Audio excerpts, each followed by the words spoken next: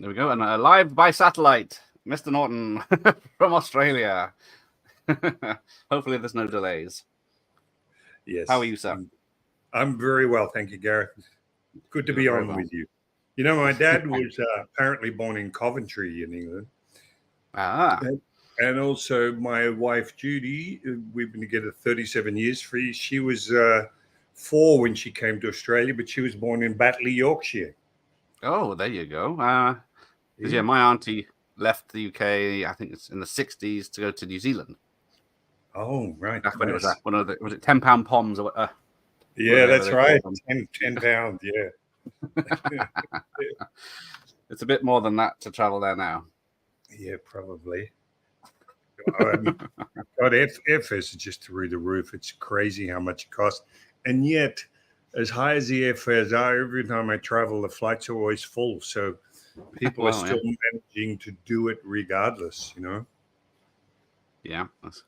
Because I was in Australia for a bit. 15 years ago, we went there. And it's like, it was a 10-hour stop off in Hong Kong and then back on the plane for another 12 hours and like so long. But you travel a lot, I'm guessing, because you're back to the US.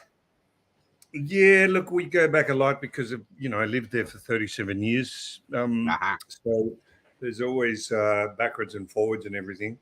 I've just been here now because, as I think I mentioned, I've been doing a bit of work on a Liam Neeson movie that's being shot here in Melbourne. Cool.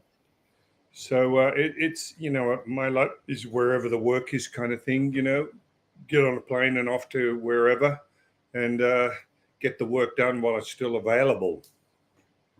Why? What's the name of the film? Let's see if it's in my list. It's called hold on. Highway to Heaven. No, is it Skyway? Highway to Heaven, Skyway to Heaven. It's all about a bus, in going up in Nepal or going up in the Himalayas. All right. All the action sort of takes place on this bus, yeah. Oh, nice. Liam happens to be there, as he does, as you do. Didn't he say he was quitting those roles about 15 years ago?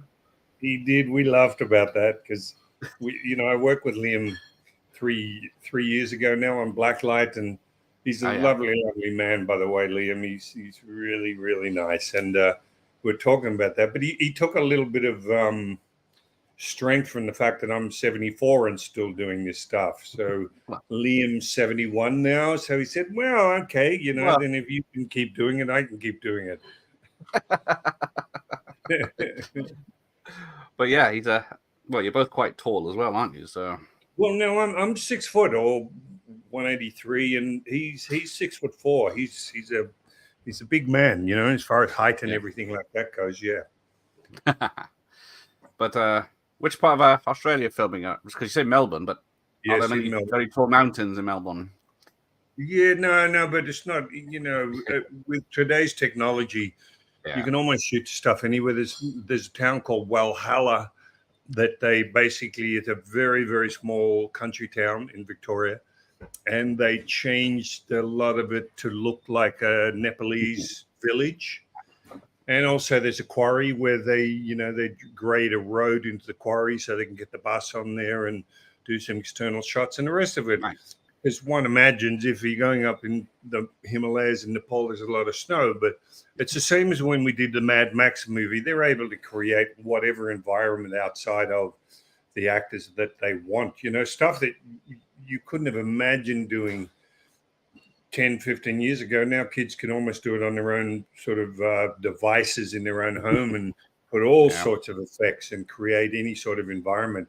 When we did Blacklight, that was supposed to be in the States. So, again, you would not know that it wasn't filmed there, even though we're in the streets of Melbourne, the same thing again. Yeah. Because Melbourne and Australian cities have been, the Matrix trilogy taking part there. It's just generic American city, isn't it? And then they can just use whatever corner they want.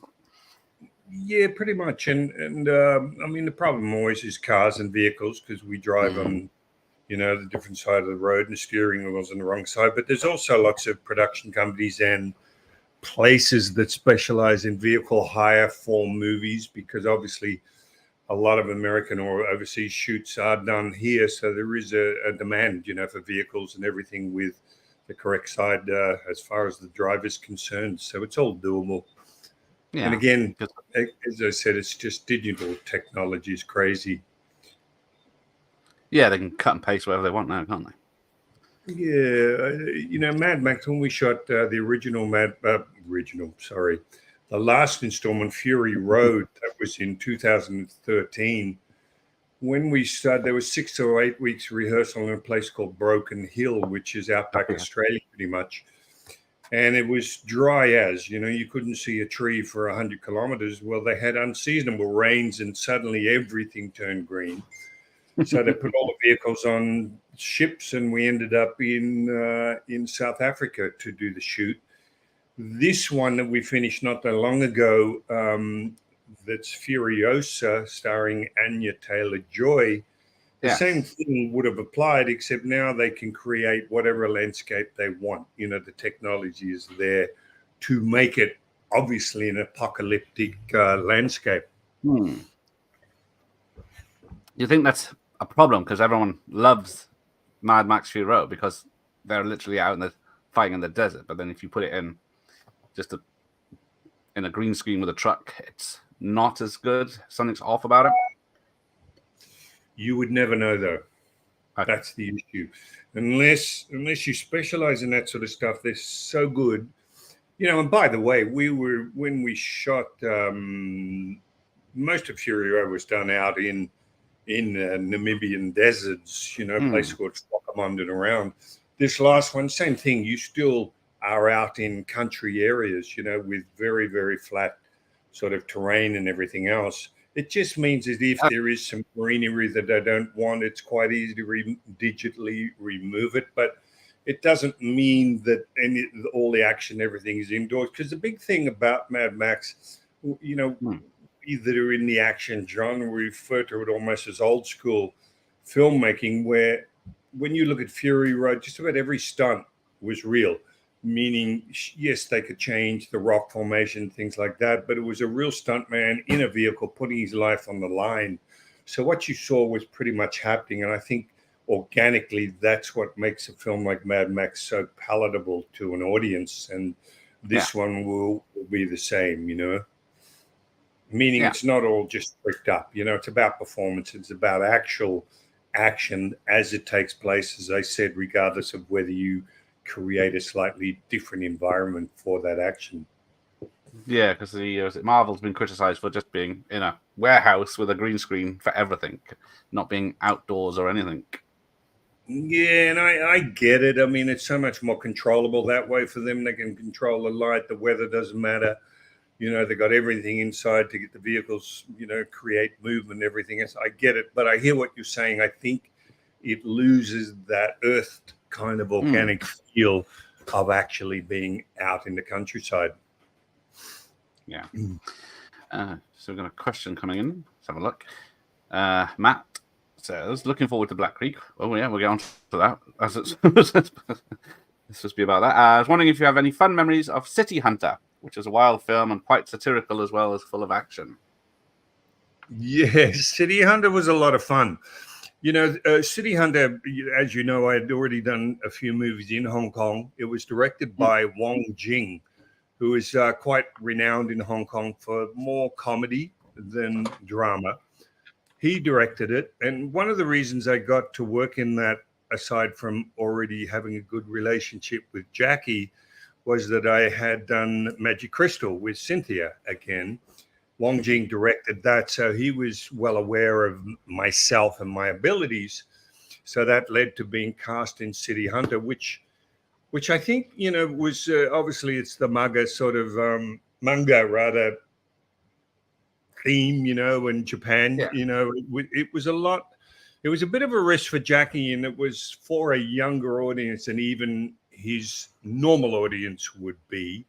The comedy was a little different. It's very slapstick. But it was a lot of fun. For me, the fun part about something like City Hunter is doing it and not really knowing what else is being shot aside from the scenes I'm in.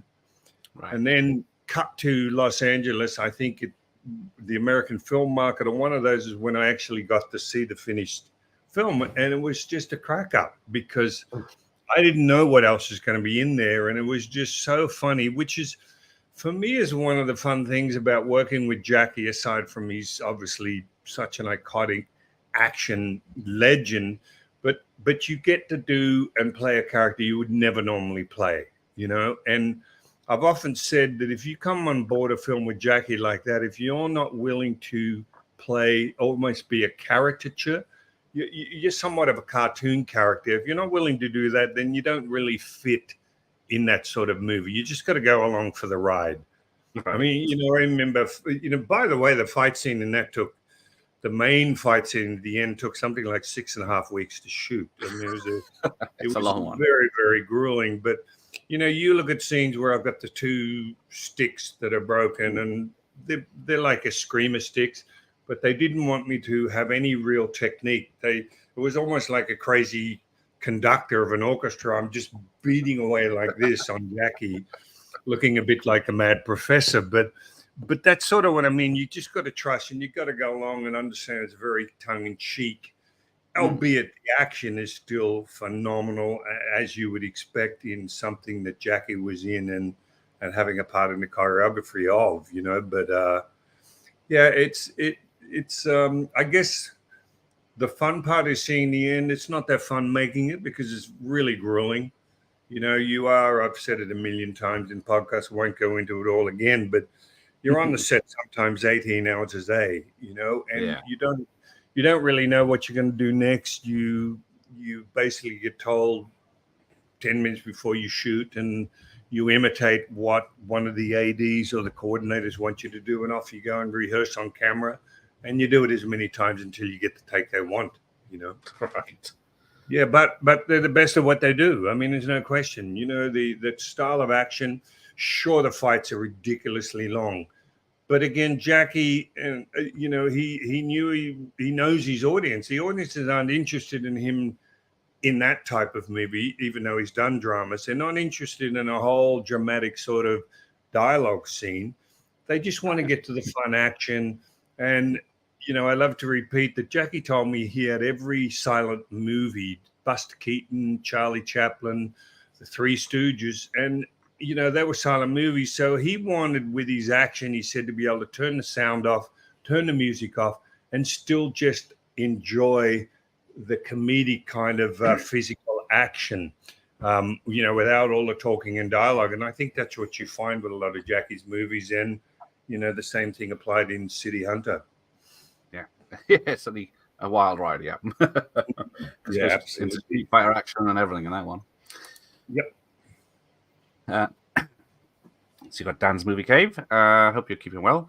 Black Creek, I'm really excited for. I'm hoping for some great old school action. Well, I suppose it's about time we talk Black Creek. Sure. Well, Black Creek is the ones viewing obviously already know was a Kickstarter, meaning a fundraising program launched on Facebook and online. That's how they got the budget together. We didn't have a lot of money to work with. I would definitely, in relation to that question, call it old school, because when you have a budget doesn't allow you a lot of time, you don't have time for wires and all sorts of expensive rigs that can enhance the action. So it really gets back to feet on the ground, which is what audiences will find with Black Creek, which I believe Cynthia's audience is an audience that used to watch a lot of the movies that we did together and ones we did apart. I think along the lines of what we're talking about with Jackie, they just want to see people actually performing their own fight scenes and stunts, not too dressed up, not flying all around the room with superhero sort of powers and everything else, but just basically simply getting the job done. And you'll absolutely get to see that in Black Creek. Of course, it's, Cynthia's heading it up. So, I have one fight scene at the end with Cynthia, but you'll get to see Cynthia fighting throughout the movie in all sorts of different situations. And it's a Western, It's set back in the 1800s, and it was a bit of a dream. Cynthia had to do a Western. Finally, they came up with the story that she liked, and off we went. We shot it in Arizona, all night shoots, quite grueling. Okay. It's very hot in the day, even though it's not even the hottest time of year. And at night, of course, it's freezing cold, so you get extremes. But when you're in this business as long as we've been, it's just par for the course. You just get on with the job. Yeah. But I think there's going to be some really fun stuff in, and also I think what's exciting about something like Black Creek is Cynthia gets to play a well-rounded role. And what I mean by that is when we did the Hong Kong movies, there was no story as far as a romantic attachment or relationships or anything about family. You were really there to be, you're either a bad guy or a good guy, and you're pretty much there to be involved in the fight scenes. So when we got to do things like China O'Brien and Raging On and 1 and 2, Cynthia and I, and they were, some of those were with Freddie Weintraub, who produced Enter the Dragon, and Bob Klaus directed some of them, and he directed Enter the Dragon. What they wanted to do was sort of get Cynthia and soften her a bit for the Western audience, meaning actually have a boyfriend or a husband or whatever it is, and have a little bit more of the personal side of the character she would play. And I think that's the good thing about something like Black Creek. There's family involved. There's a sister, and I'm not going to give away the story and the plot line, but there is a lot aside from the action. So the family or the friends or the antagonists, which I'm the main antagonist, by the way, killed a lot of people in this. But hey, forgive me, everybody. It's just a movie. But because of that, you get a lot of you get a really emotional range with the characters, not just hers, but the others in it as well, and including mine. With a character like I'm playing Damien Sinclair, he's a bit delusional. He thinks he's like a Roman emperor, and he's collecting property, and it's all about him trying to acquire land and abundance and wealth.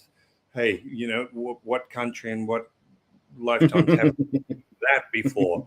So that's my whole push. And she's got a bit of a revenge mission in this without going into why and what, so it makes it a little interesting. So when you do get to the fights, you have what I call a coming from. Like, it's not just a fight that's there just because they want to put a fight scene in. It's there because of the story and the narrative, and it's supposedly as a result of something that has happened in the storyline. So you get to justify the fight, and hopefully, whatever happens to me, the audience is supposed to be quite pleased it's happened to me, even though I'm not happy about it. But you know what I'm getting at, and it's fun playing a bad guy sometimes. It's, when you play a good guy in a movie, you need to be liked by the audience. You've got to be very careful about your character, how you play it. Well, with a bad guy, it's like, that goes out the window, because your job is basically for the audience to hope that you get your ass kicked at the end of the movie. So you can make it a little more fun that way. You can be quite devious and heinous in some of the things you do, and it's kind of okay. And that will be the case with Damien Sinclair in Black Creek. And the other thing I want to mention, of course, we've got Keith Cook. So you've got a, connection again with China O'Brien. Keith Cook played Dakota, amazingly good martial artist. So he's in there. Cynthia's in there. We've got a number of martial artists that came on board. So, kind of fun from that point. Yeah. Because it was filmed in, was it the Mescal movie set in Benson, Arizona, that did Tombstone, Outlaw Josie Wells, Quick and the Dead, and hundreds of other westerns. So, yeah, well, Tombstone, we went and visited Tombstone after the shoot just before I flew back to Australia, and that was amazing. That almost made the whole trip worthwhile, because this is where they shot the movie Tombstone, and so many other things. And we had some lunch, and across the road there was a bar. And the gentleman that sort of is either security or whatever for the area and the tourists, he said something like 86 people got gunned down outside that saloon since the 1800s. And I thought, well, there's a bit of history for you. But just to be in a movie set like that was really quite exciting. Yeah, you can feel the history just from the Yeah, films that made about the Wild West. yeah. Sorry. The other thing is, I grew up watching westerns. I'm old enough to have been around when the TV was black and white, and we had the Texas Rangers and Laramie and Bonanza and Wagon Train and these sort of stories. So, as a kid, the chance to actually play a role in a western was, it's also how much fun is that? You get to have 6 guns and do all that sort of stuff. And I think the audience will be very happy. Mike Muller, they brought out from Germany. He's a wonderful stunt coordinator, choreographer, and Mike brought a team out. They were fantastic, and such a joy to work with. So all in all, I think people are going to be very happy with the end result. Yeah. Yeah, it's certainly a passion project of Cynthia's, isn't it? Because she's a part writer, she's in it. She's brought in all the talent and everything. Doing everything, yeah. Did she make the tea? I'm sorry? Did she make the tea on set as well? You wish. No way. No way. See, that's the thing. When you get to be a producer, you don't have to do that stuff. That's one of the perks. Oh, there's another Aussie in the chat, the Ginger Ninja. All the way. Hey. I think he's in your neck of the woods. Comment. Let's see what he says. But Dan's got another one. Where does your fight scenes with Cynthia in Magic Crystal rank in your career? For me, it's one of my favorites. There you go. The Magic Crystal. Yeah, I absolutely agree with you on that comment, my friend, because and God, I feel so embarrassed when I forget the choreographer's name, but he went on to do a lot of amazing stuff. And I think I agree. That for me is some of the best choreography I've been asked to be involved in. One of the thrills for me was they didn't know if I could handle any weapons, but Sai, Okinawan weapon for those in the martial arts, almost like a pitchfork. That was one of my favorite weapons when I started my training, and they asked me about it. And the fact that I said, yes, I can use Sai and everything else, and they incorporated that into the main fight with Andy Lau and, of course, Cynthia. I mean, that was hugely a lot of fun for me to be able to incorporate a weapon like that. But I agreed the choreography was fantastic. And, it's hard to beat.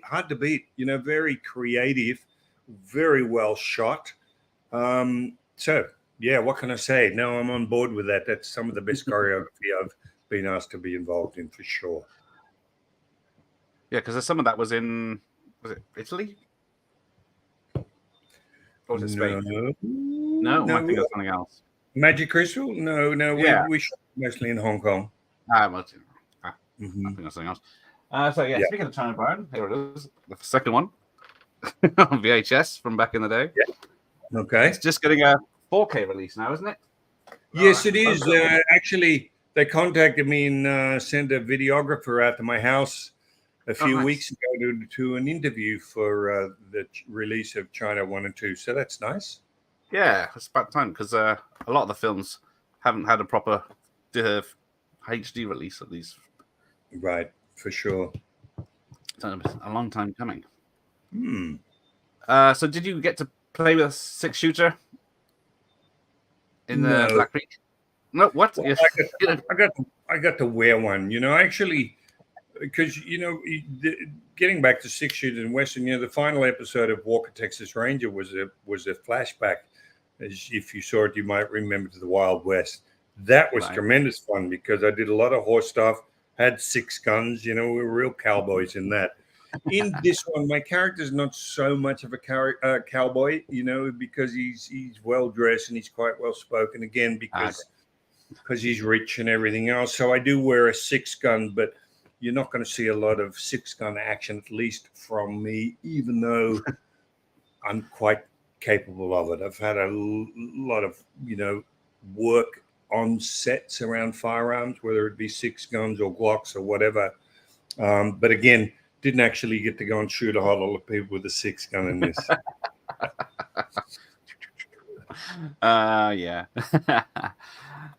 So filming with Black Creek was October 27th to November 15th, and then I think there's a trailers coming soon, isn't it? And yes, I'm not sure. I haven't heard anything since. Yeah, there's not been updates since Christmas, I've noticed, but they're too busy working on it. Yeah, right. I'm not really sure where it's all at, but I'm sure there's a trailer coming out soon. I think I saw a whisper that there might be an actual release of the film or a premiere sometime in August. But again, haven't heard from the producers, so can't answer that one. So let's have a look, because I said I'd go through this IMDb list of what's upcoming for you, and we'll see if it's correct or not. So, of course, there's Furiosa, a Mad Max saga, where you says you're a fight choreographer, fight coordinator. Yes. Yeah. Getting to train the actors and be involved in the choreography. Look, it's going to be amazing. What can I say? I'm such a fan of Dr. George Miller, and his vision when it comes to film. And it's more of a story than Fury Road was. It's a prequel, so it's 10 years earlier than the last one. So it really explains how the people eater and certain characters became what they became.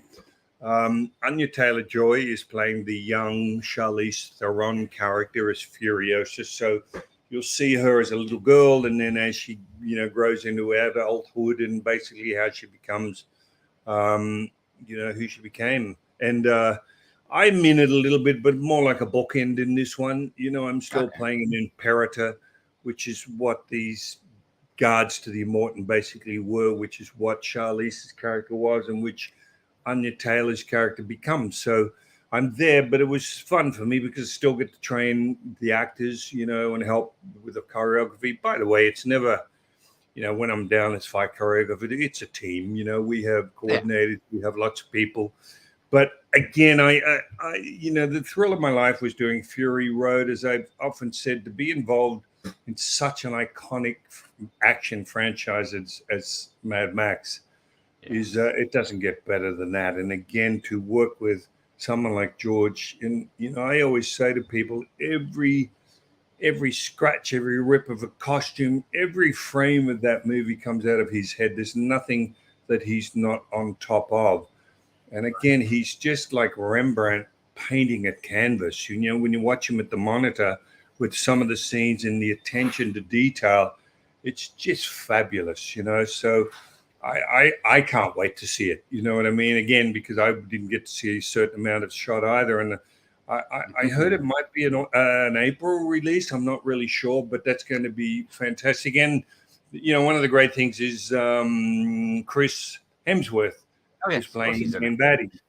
And they've changed his appearance. People will be quite surprised. And I wouldn't be surprised if he steals the movie. Chris is amazing. He's such an amazingly committed professional, as an actor, and just a really lovely person. So I think people are going to get such a thrill out of that movie. And as per George's other movies, there will be a lot of very interesting and weird characters, for people to enjoy. Yeah. Do you get to keep your hair in this one? Yes. Oh, I did. Well, that's a funny story because, again, I'm supposed to be the same character. And I thought, oh, God. I said, George, no. The stunt coordinator, Guy Norris, who's I've worked with Guy for 30 plus years when they were dear friends. His whole mission in life was to get my head shaved again. And I managed to sort of get to, I remember I rang the makeup artist, I'd worked with before, and got into her ear a little bit. Said, look, I'm not into that much, and blah, blah, blah. I said, oh, let me talk to George, So apparently she's gone to George and sort of mentioned the idea of the imperator. Could it just be slicked back? And she said, look, George, they're all trying to get Richard's head shaved, and apparently George looked at her and said, oh, that's not very nice, because and I was just cracking up because I laughed because I said, I've actually made myself the victim this time. And anyone that knows me would say, you being the victim, hardly, but I managed to do that. And it got to the stage where there was a bit of discussion, and I actually get to keep it. They slicked my hair back, Whether they sort of get rid of it again digitally, who knows? But my friend Guy was very upset and not happy that I actually got to keep my hair. So I said, that's a victory for me. Yeah.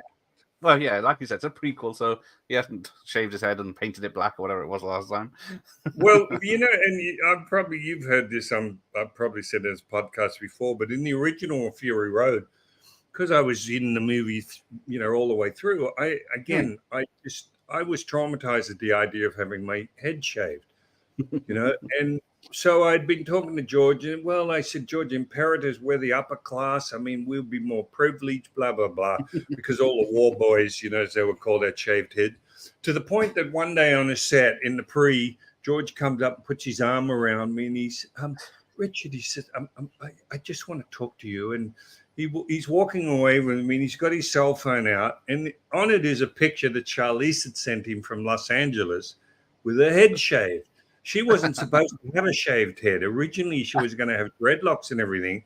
She's decided, I'm this warrior class woman. I wouldn't have all this hair getting in the way. Shaved her head.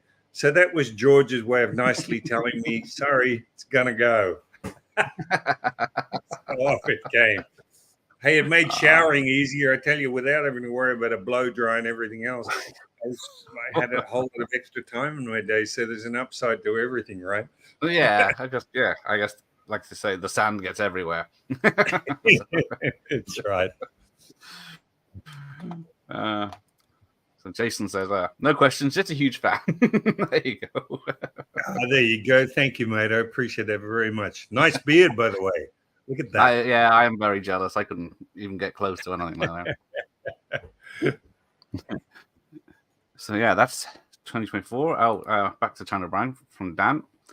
Yes, the most exciting 4K release announced this year so far. Have it on pre-order, and no doubt will be being a limited edition. It will sell out. Highly anticipated. Yes, I bet it does. Very nice. Yeah. Everyone's been waiting. It's funny because even for me, when the videographer was coming to the house, I suddenly realized I hadn't even seen the movie in how long has it been? When was it released? It's probably early 90s, 30 years ago. 93 it says on here, but that's when this VHS released. So yeah, 92 probably came out. That's ridiculous, right? 30 years. So I had to actually go online and have a little look to just remember because not often I even see a movie up once I've worked in it. I might watch the screening or whatever, and that's about it. Okay. So it was a lot of fun going back and reliving, doing that movie. Brought back a lot of good memories. So yeah, that was fun. Because I was going to say, do you collect any of physical media of your films just to have it, or no? None of them. It's a bit like once you do it, you've got your memories and you just get on with the next thing. I'm not saying it's a bad thing to happen, but no, it's only if I have to do something, as I said, like an interview, and I've got to go back and sort of remember a lot of what happened, which is fun. You get they call it emotional recall. You get taken back into that time, and that's fun. But other than that, no, I often don't bother to look at them much after I've done it. Not sitting there saying, "Oh, I should have thrown this punch, and I should have kicked him when I was over there." Well, no, funnily enough, but the one or two times I do it, that's sometimes what happens. Because people would say, "Oh, do you watch a movie and do you cringe at some stuff, or you think some stuff is good?" And I said, "Yeah, I've learned after being in the business so long to be what I call healthily critical. Like I'm not going to bag myself in a movie and go, oh, that was shit. God, I suck." Because, if you suck, you suck. You know what I mean? It's already done. So the best thing is looking and go, okay, well, that's interesting. I wouldn't do that again, or I could have done it a little better. And you take the lessons from what you're not that happy with and hopefully improve on the next shoot you do. So that's pretty much the way I look at it. Yeah. That's healthy. So let's have a look. So we've got a short film called Midnight Hustle. It's on the list. Do you know? Is that one you know of? Tell me more about it. Has it got any more details? No. Don't know. Because and by the way, the reason is that sometimes I might do a small cameo in something or whatever, and whatever the title is at the time you do it isn't the title that turns up. So sometimes it's hard to know what the movie is until I actually see a clip from it or see who else was in it, you know? Yeah. Maybe I can bring up some. That's a short. So, what about Do It Scared? You star as Bluey. Yes, I think that was something that we talked about a while back, but nothing has happened with it. So this is going to be embarrassing. You're going to bring all this shit up, and I'll be like, no, haven't done it. Well, it's IMDb's fault, as we said earlier. I'll tell you. You know what would be better, actually, Gareth, rather than all the ones that are listed. There's, because for those who don't know, with IMDb, as I said, if I just maybe have a conversation and agree to be interested in being involved, that's sometimes all it takes for the movie to then be posted on IMDb, as in pre-production, everything else. Yeah. And they do that to get a bit of attention or whatever. But more than not, a lot of those movies are never actually made. That's just the way it works. And, I wish I'd the ability to have them removed, but unfortunately I don't. But, there's a film called Sacrifice that hopefully we're shooting in April. And I'm really excited about it. Why? Because it's a drama. There is no action in it. That might be boring for people that are used to see me doing action. But for me personally, it just creates a whole different challenge. And in fact, when they sent me the script and asked me to read it and would I be interested, and when I rang them back and said yes, I said really the only reason, or the main reason, not the only, it's a great script, by the way, but I said the main reason I'm saying yes is because it scares the shit out of me, because I almost don't know how to play the role. He's a lifetime military father. He's got PTSDs on medication, and he's got a son in the military who's gay, and he's vehemently against gays in the military. So there's a lot of sort of drama between he and his son and the family and everything else. So I'm not in it heaps. It's probably 4 or 5 really good scenes, but really good scenes that I'm just so excited to be able to tackle. Nice. There's another one that hopefully is going in October. It's a karate western called Rise of Heroes, a karate sort of kids movie, or more turned to all kids. And I'm playing the master in this. And, there were talks that Jason Statham was going to be involved. Hopefully that's the case. I'm not sure. I don't want to give the wrong information on that, but that's another project, and quite a big shoot that's going to shoot probably in Adelaide here in Australia in October. So that's cool. And then finally, there's an animated Western, which again, I don't have a lot of details, but I did a test shoot for it. I'm playing the lead in this, and that's another one I'm really excited about, because I one of the reasons, again, I say excited is because I've never done animation, and they sent me a test of a film that was on Netflix. It was animation, and I couldn't believe how involved I was with the actual performances, even though they're real life animation, because you get to do your own dialogue, all the action, you wear a motion capture suit. So it's all you, and it's a phenomenal script. It's in the Civil War, and a lot of good relationship stuff, action, and everything else involved in that. So that's another one that's really exciting, and hopefully that gets to take off sometime soon. Nice. So I guess the point is they're the 3 that I absolutely know of. And hey, at my stage of the game, mate, to be still working and getting offered roles, it's not a bad thing. Life is good. Yeah, that sounds awesome. Because they've moved on for the black leotard with the golf ball, ping pong balls on, haven't they? For the motion capture, it's more a printed suit these days, isn't it? So and you know what the best part about this particular Western is that they wanted me to send headshots of when I was 30, because the character is like 28 to 30 years of age. I said, how good is this? I don't even have to do my hair or do anything. I don't even have to shave. They can create me as a 30-year-old. So that's nice. That's fun as well, Is it going to be 70s with the moustache and the really long blonde hair? Well, no, it's again Civil War time. Civil War. Maybe I'll look like Custer or something like that. Yeah, You know?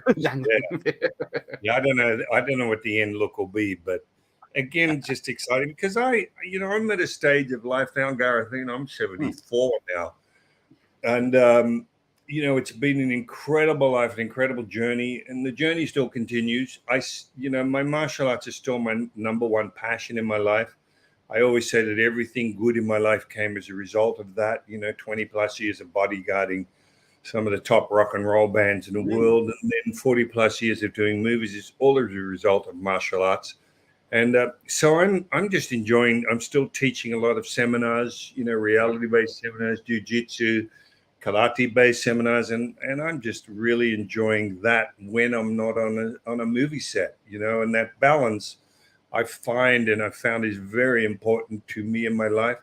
Meaning, I don't want to be somebody sitting here just sweating over whether I'm going to work in the next movie role or whatever, because it just doesn't matter that much to me now. Anything I get, and which, as I already said, the 3 roles I'm so excited about, that's an absolute bonus at this stage of my life. So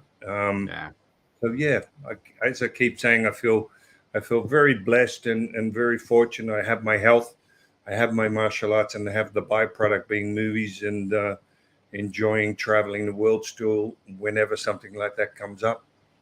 Yeah, nice. Because do you train daily, or is it when you can? I always do something. A lot of people say, "Well, what's the secret to keeping going and still teaching and doing fights in the movies?" And really, the key for me is consistency. I was lucky enough to start martial arts when I was 11. So you got to think that's 1961. I never stopped. And yes, there's times when I might do 10 minutes a day, and there's times where I'll do 4 hours a day. But the big key is to keep doing something, keep your body on standby for the healthy stresses that you put on it in the way of training. And I think that's the key, and I've always I started weight training when I was 14 years of old. I believe that's an absolute key to my health and well-being, along with obviously the martial arts that taxes your body in so many different and wonderful ways. And again, I've also, hopefully at this stage, I've learned how to train smarter, not harder, because age is a factor. I always say to people, age alone will dictate how you behave and how you are as a martial artist and what you're physically able to do, whether you like it or not. Your body is going to degrade. So you just want to be smart with how you handle yourself. I'm very good with diet. My wife is a strict vegan, so we don't eat meat in the home. I'll have meat occasionally if I'm out, but we're very strict. I do eat fish. I'm not strict vegan at all, but she is. So I'm very lucky to have a partner of 37 years that has the same sort of health aims that I do. And that helps tremendously as well, to keep the body good and to do everything to mitigate the degrading sort of effects of age. And, again, I just say to people, just try and be the best version of you. It's not going to be you of 20 years ago, but it can be damn close, providing you put a bit of effort in and just look after yourself physically as well as mentally and of course, spiritually. Yeah. So what do you do to relax when it's not training and not working? Do you sit down and watch films? Yeah, we do a little bit. I'm not a big film watcher. I don't go. We don't. In fact, Judy's the same. We don't go to the theater a lot. We're into Netflix and things like that. We'll get a chance where we'll sit down and watch a good show, and that's really enjoyable for me. We're not the sort of people, and I'm not the sort of people that needs to go somewhere in order to relax. In fact, because of my whole life has been on the road, and on a location or whatever, really the relaxation for us of being able to hole up at home and just enjoy not having anything on the calendar, and relaxing for me is going to the gym. It is doing martial arts and learning something new as much as I can. That for me is as relaxing as anything, because again, it's my passion to try and always be a student and try and learn something new whenever possible. And I enjoy that. But as I said, I often say, and I always preface this by saying I understand how bad COVID was for so many people, whether it's work, businesses, running martial arts schools. But we had the strongest lockdowns of any other city in the world in Melbourne. You probably have read, and we were basically locked away. You can only go out for an hour or two a day, you know, for weeks and weeks and weeks on end.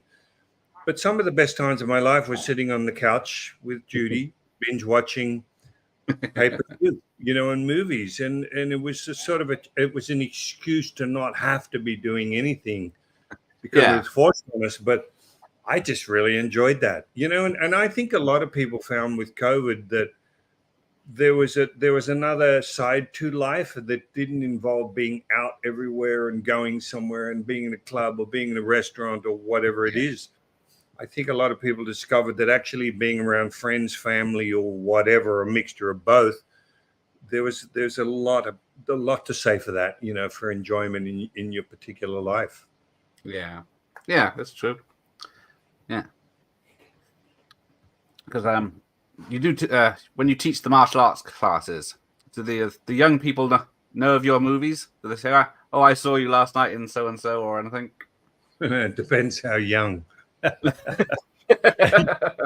my age, there's a lot of kids that wouldn't have a clue who I was, you know. I saw you in this and you did this move. Can you show me how to do this? Well, move? you know, I mean, you know, a lot of the films that, at least for me, got attention were things like Raging On and China O'Brien and City Hunter and Twinkle Twinkle Lucky Stars. But again, as you mentioned, China O'Brien, that's 30 years ago.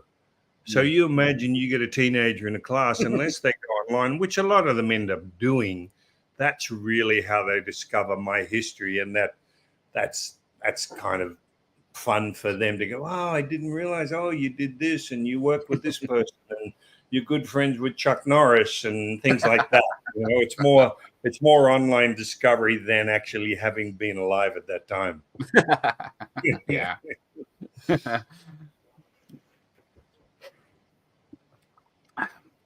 And so let's have a look. Because you posted a tribute on Facebook today to David Bowie. So you were with him for 8 years.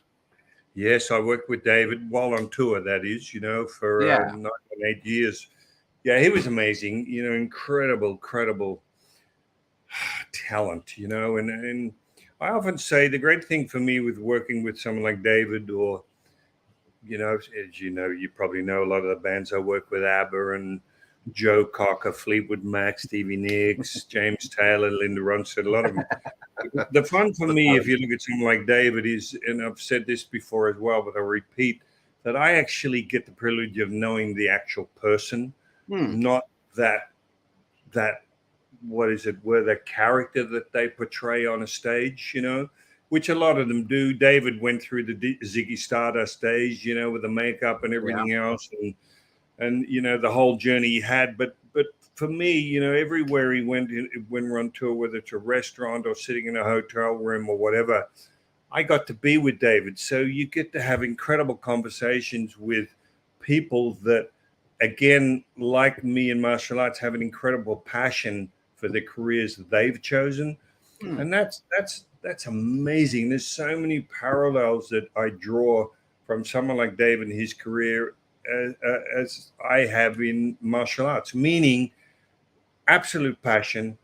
What can I do next that's a little different? How can I improve? How can I be a better version of me for him, whether it's with a new album or his act on stage? I remember David, I love telling the story, we're standing backstage looking out at this audience, and he said, mate, he said, look at all those punters out there. He said, they're all dressed the way I was on my last tour. He said, they'll never catch me looking the same. He loved it like a chameleon and reinventing himself the whole time. I mean, not all artists are like that. Some stay, like, you know, whether it's the Rolling Stones or whatever, of course their music evolves. But a lot of times people do want to see the same Mick Jagger that they saw 10 years ago or 20 years ago or 30 years ago. You know, I get that part of it. But you could imagine as an artist, they want to evolve too. They want to express their passion in a different way than they did 5 years ago, 10 years ago. Hence, a lot of times the music changes, not always to the applause of the audience, because sometimes people again want to hear Jumping Jack Flash the way it was, however long ago that they performed that. So I get that part of it. But yeah, I just got so many wonderful stories and memories of working with incredible people. And you know what else, Gareth, is what's really heartwarming for me, I work with James Taylor, who's just such an iconic artist. Well, James is coming to Australia in April. He's doing a whole lot of concerts around. And, immediately I got a text from James. We've been texting backwards and forwards. He's saying, no, this is when I'm coming. We've got to make sure we're going to get together. We'll have a few days in Melbourne. I mean, how good is that? I'm working as his personal bodyguard, but, I got to spend time with James and Martha's Vineyard, training him, a lot of off time, spending time with someone like James. And, that's fantastic. Same with Linda Ronstadt. I still talk with Linda every few weeks. And nice. I just love that as a result of all those years on the road. It's the same as the movies. The best part about all of that is it's not so much the movies, but it's the friends you make and the friends you keep, and the relationship that you form through working with people on these different projects. I mean, it's fantastic. Yeah. Were you with David when he turned to acting and like The Hunger and Labyrinth and stuff in the 80s, or was that before that? No, I was. I started with David in the 70s. Later in the 70s. Would have been 70s. Oh, goodness me. I'd have to look back. It's like toward the late 70s. And then when I went to the States in 79, I started working with David again over there, in the United States. And, so, yeah. Exactly when there was this time when he was almost set to play a villain in a James Bond movie. Yes. He was learning to ride a horse and all. It never actually came about, but he was. He was involved in movies around the time I was with him as well. Because he was he was a very good actor.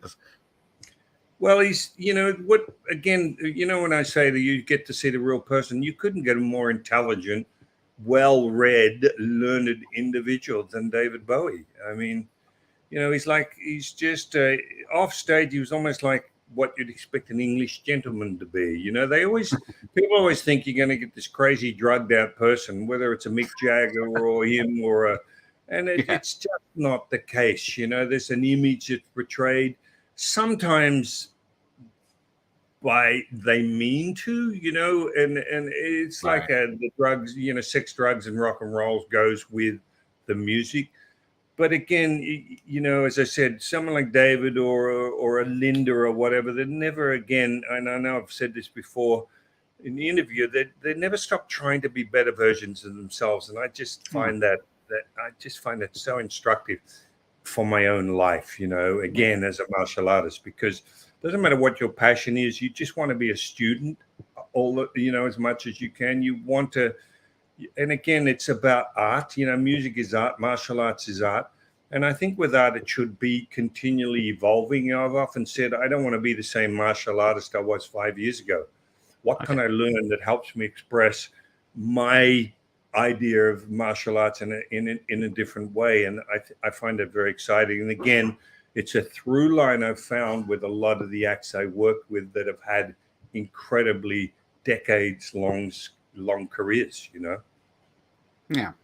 I was talking to pop stars and Mick Jagger's portrayal of Ned Kelly. How have you seen that? Do you rate it?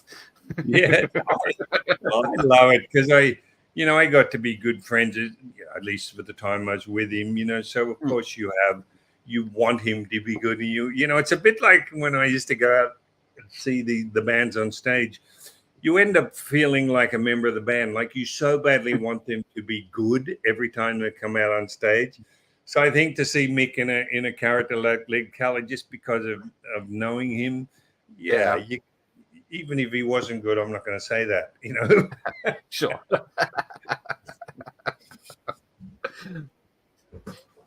But yes. Oh, I guess it was was it 2 weeks ago? It was Australia Day, wasn't it? Yes, it was. Were you in Australia to celebrate? Yes, I was. Ah, cool. I was. No, it was good. Yeah, a lot of discussion going on about Australia Day. With the Indigenous sort of idea of Australia Day and what it means to Indigenous people, which I tend to be on their side, by the way.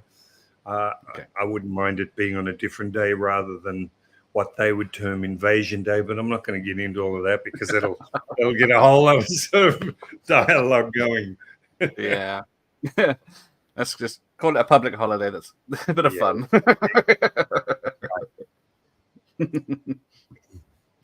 Right. Well, I'm out of questions now, so that's good. So yes, so we'll look forward to seeing you in Black Creek and other things, film and all the other things that's coming up this year. So not a bad haul. No, it's good. It's good. We check back with me in a year. We'll have a lot more things to talk about. There we go. So yeah. Oh yes, and we got Furiosa coming up as well. So keep an eye out for that. It's going to be amazing. Again, you'll probably miss me in that, but I was still around for the whole shoot, and again, I cannot wait to see it myself. I think it's going to be incredible. Yeah. So there we go. So thanks for Richard, and thanks for everyone who joined in. Thanks, Gareth, and a shout out to everybody out there that's tuning in. Love you guys, and glad you're out there and enjoying some of the new releases of some of the old work we've done, and hopefully you enjoy some of the new stuff that comes out as well. So yeah, we'll get to see the new interview on Banner O'Brien. All right. Thanks, everyone.